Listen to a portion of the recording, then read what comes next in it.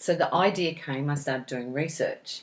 And at that pitch night, if I hadn't have stood up and faced my fear, Yeah, and it is scary to be. it is scary to put yourself out there, it would have remained an idea. And if you and Ken hadn't been in that room, it still would have remained an idea.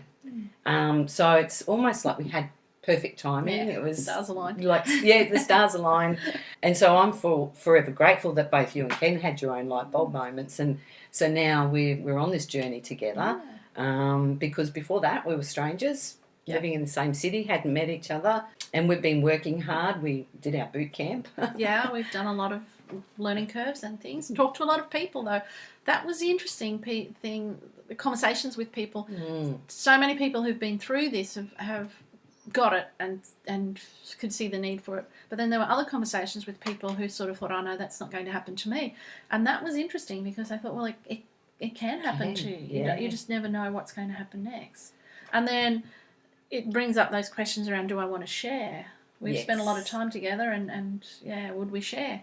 That's how the thing that we've got to work through is what's going to work for people and how easy it's going to be for them to find matches. And that's what our process is all about. Well, that's right, yeah. The big thing is talking about it, is starting those conversations. Like for the younger women that are following us, talk to your mum, talk to your grandma.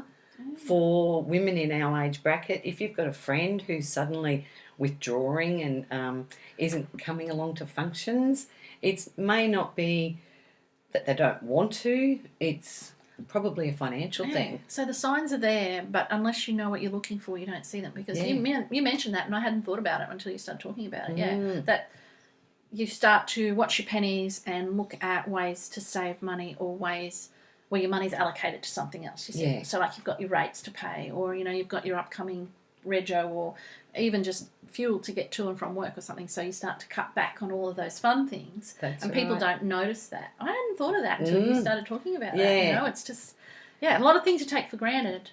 Oh, gosh, like a simple thing of going for a coffee with your girlfriends, like you said, you've got your money allocated. Yeah. So driving that extra trip, you just can't afford it. Yeah. Having that $5 coffee, really, that $5 can buy you some fruit and veggies. Yeah. So you start looking at those options. And then so you kind of isolate yourself, you stop doing things. And it's not a conversation that people really want to have. It's not something you sit over coffee with and say, I'm a bit behind on my mortgage, I'm struggling, or, my rent's overdue. Yeah. You don't talk about that stuff with friends, do No, you? well, even sometimes family. It took me a good 3 months before, because before I spoke to my mum about it and my adult children, because it's pride, but also because I felt like I was a capable person. Yeah. And I thought, no, I can make this right. I can make this right, And don't get me wrong, I've tried lots of things. I've had a few business ideas and that sort of thing, but it reached that point where I needed help. Yeah.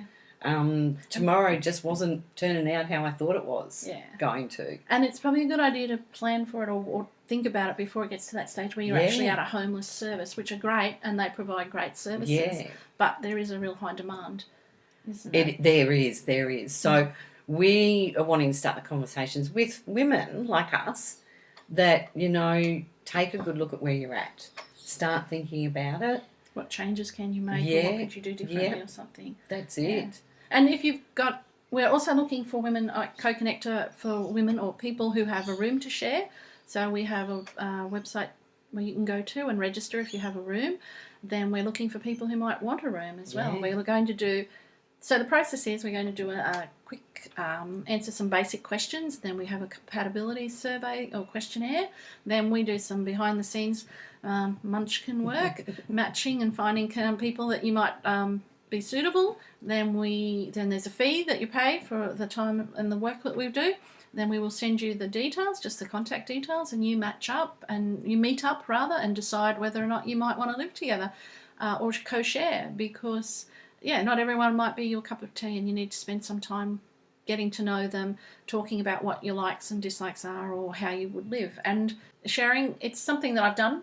I've had people come and share with me, and everyone's different. Everyone does Yeah. things differently, and sometimes it just takes you a little while to work out what's acceptable and what's not, and how to say those things and what you want. Yeah. But it's really good to find someone. I don't like cooking, so it's really cool to find someone who does like cooking and they move in and they take that over, or someone who doesn't like gardening, or you do like gardening. Just that extra help around the house is a bonus as well.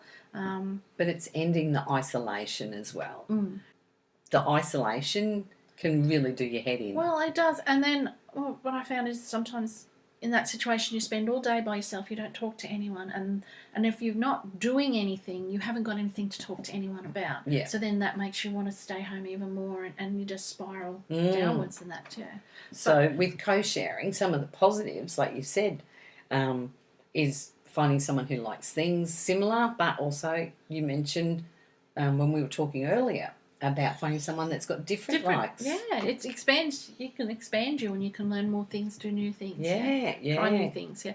The financial benefit is good though too, because you've that's what we're aiming for. Yeah. A bit of a relief from some of the the stresses of what you can and can't afford. So you can still go to www.CoconnectHER.com, and if you've got a room to register, you'll see the button there. If you've got a room to share, pop your details in there as well.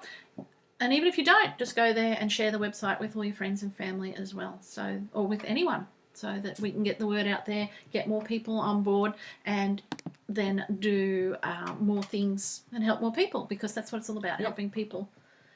And they can creating awareness at, she's quizzing me, CoconnectHER@gmail.com.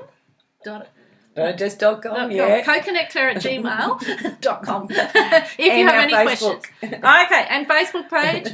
Message us. One of us will be there. Kim's an early morning person. I'm a night owl. So there will be someone there who will answer those questions or get back to you. If you've got any questions, leave us a message. Yeah, shoot. Any ideas or suggestions too. We're open to feedback. And we're just very grateful for being a finalist. Very grateful for Channel 7 for doing that short story, but we wanted to follow up and give you a bit more content so that you can get to know Myrna a bit more, and then we'll put Ken under the spotlight.